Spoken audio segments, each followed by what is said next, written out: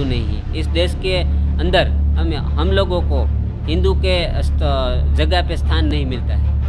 तभी हम लोगों को एहसास होता है कि हमारे समाज का ये ऐसे बकवास बातों करके हम लोगों हमारा समाज को गुमराह करके उसका जब रोटियां पकाते हैं। वसराम, बताइएगा कि आप लोगों के साथ जो हुआ वह पूरे देश और दुनिया ने देखा।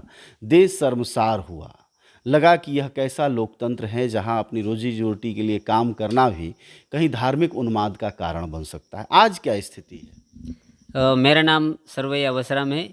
2016 के अंदर जो हमारे साथ अत्याचार हुआ, तो अत्याचार के सामने कैसा लड़ना है, सो अभी 6 साल से हम लड़ रहे हैं।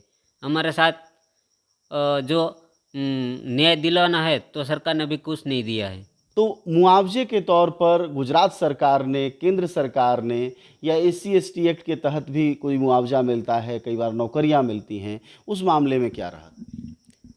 सरकार के जो हमारी मांगे थी उसमें उनको देना चाहिए, वो अभी नहीं दिया है।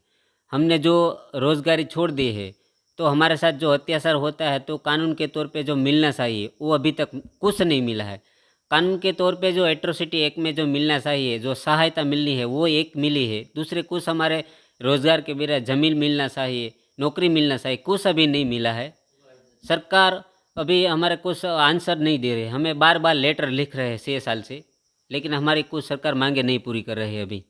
तो गाय मरी हुई थी, उनका हमें चमड़ा निकाल रहे थे। ये हमारा पहले रोज़गार था, उनमें से हमारा परिवार का गुजरान चला रहे थे। लेकिन इस गौरक्षकों ने हमारे पर खोटा इल्ज़ाम लगाकर, गलत इल्जाम। हाँ, गलत इल्ज़ाम लगाकर हम लोगों को ये उनसे अत्याचार किया कि आप मुस्लिम समाज के समुदाय के लोग हैं, आप जिंदा गाय काट रहे हैं।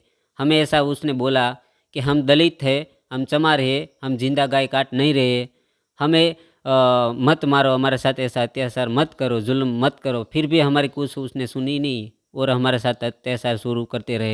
लेकिन हमारे जीवन के अंदर ऐसा परिवर्तन आया है।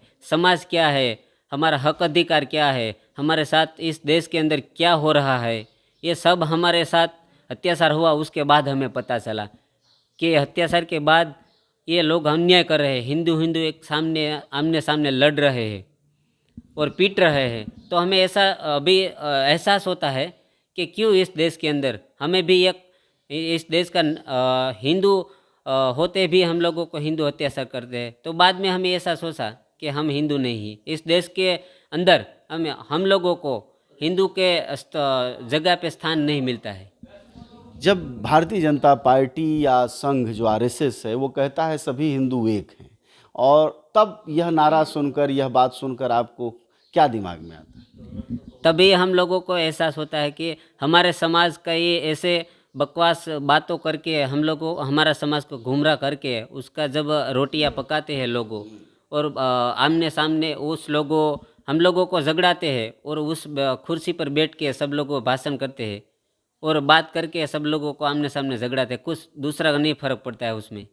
तो आपको, आपके हिसाब से 27 साल की भाजपा की सरकार में दलितों की स्थिति बेहतर हुई है, बदतर हुई है, किस हालत में है, कितने दावे हैं, कितने सच हैं? तब से हमारे समाज के लोगों को ज़्यादा ऊना कांड के पहले 2012 के अंदर आकोलाली गांव के अंदर एक लालजी भाई सर्वे को जिंदा जला दिया था। थानगढ़ के अंदर 3 लड़कों को फायरिंग करके मार दिया था। उसके बाद ऊंझा के अंदर भानुभाई वनकर है, उन्होंने भी सरकार के सामने आत्मविलोपन करके पूरा जीवन समाज को समर्पित कर दिया है।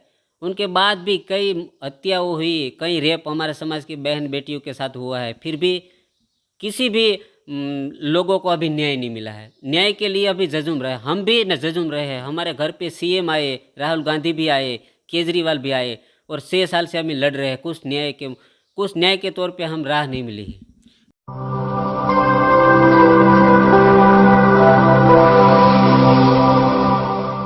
जन ज्वार जनता की